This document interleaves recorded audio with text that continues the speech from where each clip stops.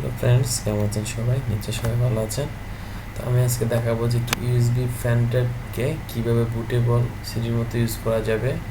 এখন আসলে বেশিরভাগ ল্যাপটপেই ইউএসবি দিয়ে উইন্ডোজ দেওয়া লাগে, এখানে এক্সট্রা সিডি রোম থাকে না।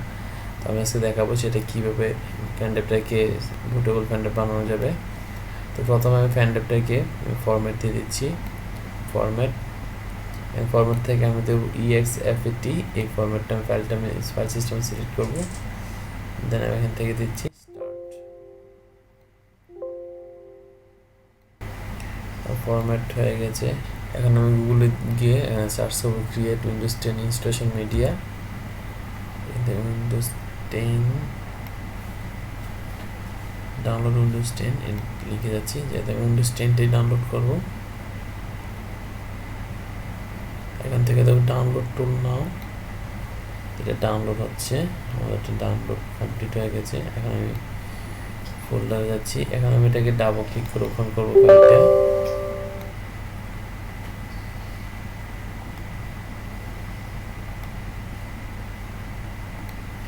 Getting a few things ready. এটা ইনস্টলেশনের জন্য রেডি হচ্ছে। এটা প্রথমে ডাউনলোড হবে, তারপর ইনস্টলেশনটা হবে।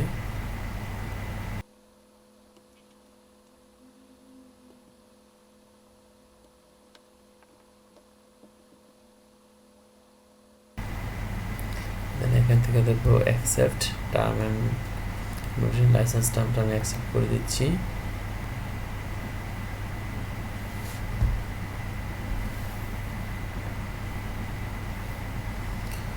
এখন আমি এখান থেকে দেখবো সিলেক্ট করবো create installation media USB flash drive, এখান থেকে নেক্সট।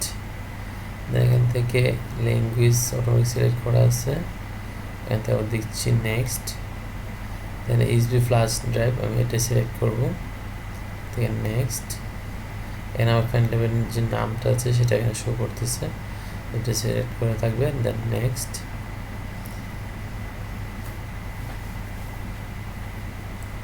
আমার ফাইলটা এখন ডাউনলোড হচ্ছে।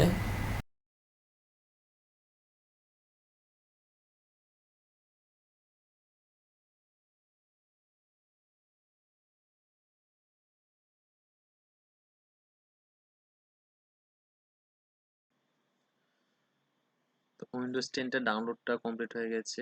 এখন উইন্ডোজ 10 মিডিয়াটা ক্রিয়েট হচ্ছে। এটা ক্রিয়েট হয়ে গেলে এই ফ্যান ড্রাইভটা এখন বুটেবল হয়ে যাবে।